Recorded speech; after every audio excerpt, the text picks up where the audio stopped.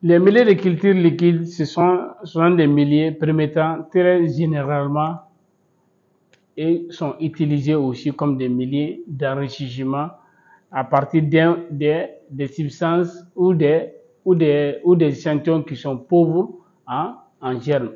Lors de la récupération aussi des genres salmonelles dans les aliments aussi, on utilise les milliers l'eau peptonée alcalin. C'est un millier liquide. Maintenant, comment faire la différence entre ces milliers liquides? Quand c'est possible, comment elles se présentent? Quand c'est négatif, comment se présente? Chaque fois, on vous dit les bouillons Kerr-Cervelle. D'ensemencer l'échantillon dans un bouillon Kerr-Cervelle.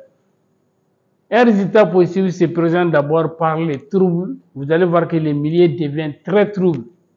Et vous allez voir souvent des voiles homogènes à la surface du liquide ou à l'intermédiaire, où vous allez voir des dépôts aussi au-dessous des types. Voici 2 milliers de cultures liquides ici qu'on a ensemencé. Vous voyez, ici c'est 1 millier de cultures qu'on a pris comme témoin. Ici c'est 1 millier de cultures liquides qu'on a ensemencé. On va passer au bec benzène maintenant pour vous montrer comment se présentent ces deux résultats. Ici c'est négatif. Quand c'est négatif, vous voyez, remarquez très bien. Quand vous remarquez ici, vous voyez dans les types, c'est très clair. Par contre, ici, dans les types qu'on a ensemencés, vous voyez comment c'est trouble. Et quand vous essayez de regarder maintenant à l'intérieur ou ici, au fond, vous voyez un dépôt. Vous voyez?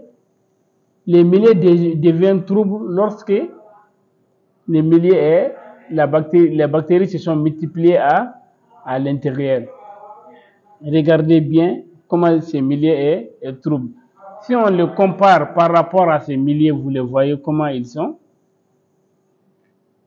Voilà comment se présente un millier de cultures liquides lorsqu'il y a une culture dedans.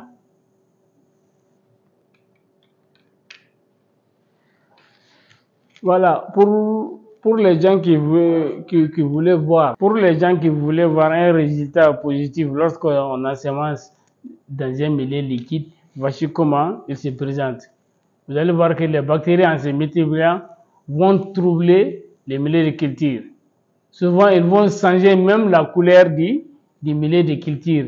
Si ce sont des bactéries qui ont des pigments diffus, ça veut dire qu'ils vont colorer même les milliers avec leur coloration. Je vous remercie.